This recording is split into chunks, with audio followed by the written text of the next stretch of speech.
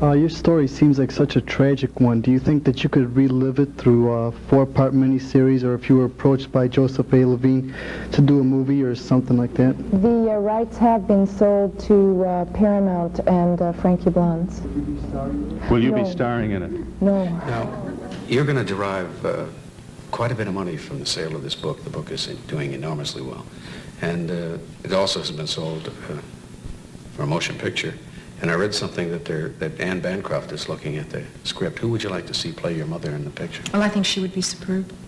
Though the movie, as I say, let's get the old business out of the way, has become a bit of a cult phenomenon, as I'm sure you know. Do you find that distressing? Well, it's too bad. I would have preferred it to be different. But after having seen the movie, I can see why. Elaborate. Go on.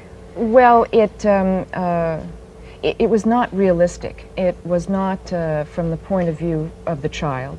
And the relationship between the two people was not such that I found it believable. So once you get into extremes, I can understand people's reaction. The movie was a distortion, then, of your book? Oh, I think it was, yes, yes. Well, your version of your mother, is as you know, I, of course, read Mommie Dearest, she was a horror. Yes, but the relationship between the people was the thing that caused it, actually. The extremes were explained in the book, and in the movie there were just the extremes and nothing between. Yes. But tell me something, the book, Mommie Dearest, yes. Was it exactly the movie? Was it exactly like your book? No, nothing like it. Wasn't? Nothing. Tell me what. I don't know why. I tried very hard to convince them that they were making a mistake. Didn't you have anything to say? I wrote two scripts. And after they received the second one, they then spent another 1.5 to 2 years, went through 5 writers and hundreds of thousands of dollars to get a script that ended up being the quote-unquote by committee script. Right. Historically, it wasn't accurate. It wasn't. No. And that's where the problem began. They tried, I think, to show a direct cause and effect. In other words, an event in real life that was followed by some behavior on my mother's part that was very bizarre. Yes. Like they put together her being fired by Warner Brothers with the cutting down of the rose garden. I didn't like that. Well, it didn't happen that way. Of course, I believe That's too simplistic. Yeah, That's too simplistic. That's the one I didn't like. Well, it didn't happen that way. The tree. Her going out cutting that tree. That wasn't Joan Crawford. No. Were you satisfied with Faye Dunaway's performance in Mommie Dearest? Did she portray your mother? Well, were you satisfied with that, or I think the critics were pretty clear on that, Skip. Because they're making jokes. Gays, especially gays, are making jokes about the hanger.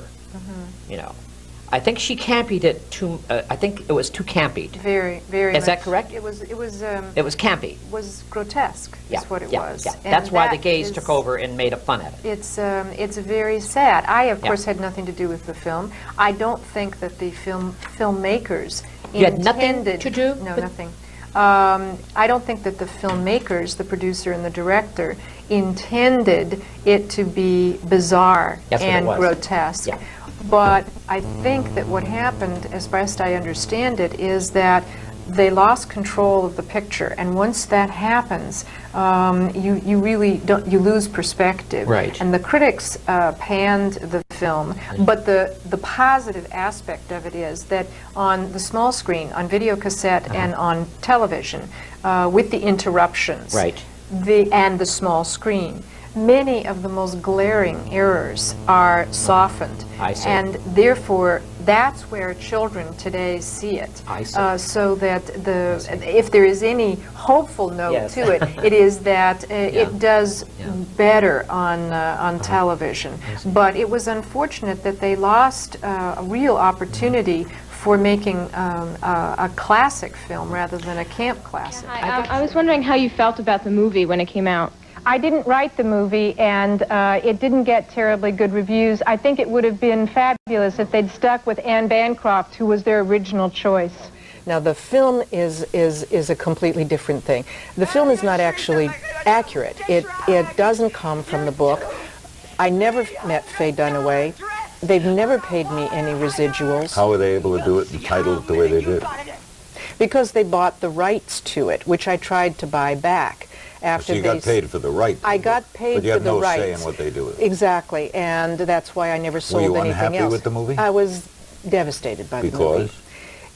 Because it was clear to me, when I only saw it once, that it was so over the edge. It was a melodrama. That was a clip from the classic 1981 film Mommie Dearest, and I'm back with Christina Crawford, whose memoir was the basis for the film. But you weren't really happy with that. Was your mother, is that anywhere near the way Joan Crawford actually acted? Only the makeup. And the wire hangers? That was true, but not like it was portrayed. By the way, I did not write that movie. I know. And I didn't participate in any part of it. So, and I also don't get any royalties from it. So there's really no reason for you me to talk about it. Absolutely not.